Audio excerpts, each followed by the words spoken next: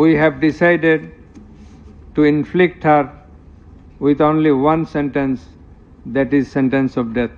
Live সম্প্রচার, প্রধান শিরোনাম কিংবা ব্রেকিং, বিশ্বের শীর্ষস্থানীয় গণমাধ্যমগুলোতে গুরুত্ব পায় শেখ হাসিনার ফাঁসির রায়।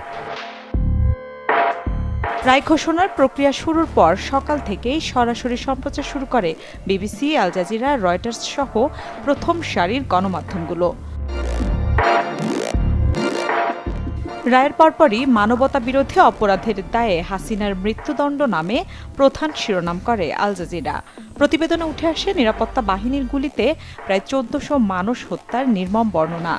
একই শিরোনামে খবর প্রকাশ করে বিবিসিও।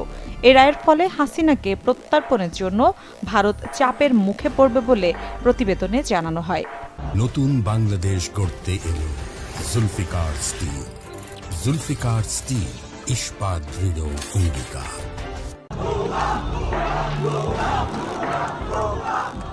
শিক্ষার্থীদের ওপর নির্যাতনের দায়ে ক্ষমতাচ্যুত প্রধানমন্ত্রী হাসিনার মৃত্যুদণ্ড শিরোনাম করে বার্তা সংস্থা রয়টার্স।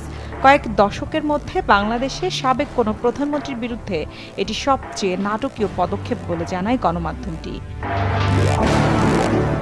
আইন শৃঙ্খলা পরিস্থিতি সহ হাসিনার রায়ের খবর ফলাও করে প্রকাশ করেছে ভারতীয় গণমাধ্যমগুলো। এনডিটিভির শীর্ষ খবরগুলোই ছিল হাসিনার রায় ঘিরে। সরাসরি আপডেট দিতে থাকে the Hindu, Hindustan Times, Times of ইন্ডিয়াও।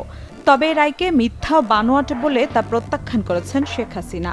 ঘনিষ্ঠজনদের বরাত দিয়ে এমন খবর প্রকাশ করেছে CNN নিউজ 18। শেখ হাসিনার রায় প্রত্যাখ্যানের বিবৃতি প্রকাশ করেছে রয়টার্সও। শেখ হাসিনার রায় ঘিরে নিরাপত্তা ও সহিংসতার আশঙ্কার কথা উঠে এসেছে আন্তর্জাতিক গণমাধ্যমে। এ রায়ের মানবাধিকার ও রাজনৈতিক প্রভাব বেশ গভীর বলে মনে করেন বিশ্লেষকরা। মিলা খন্দকার, চ্যানেল 24।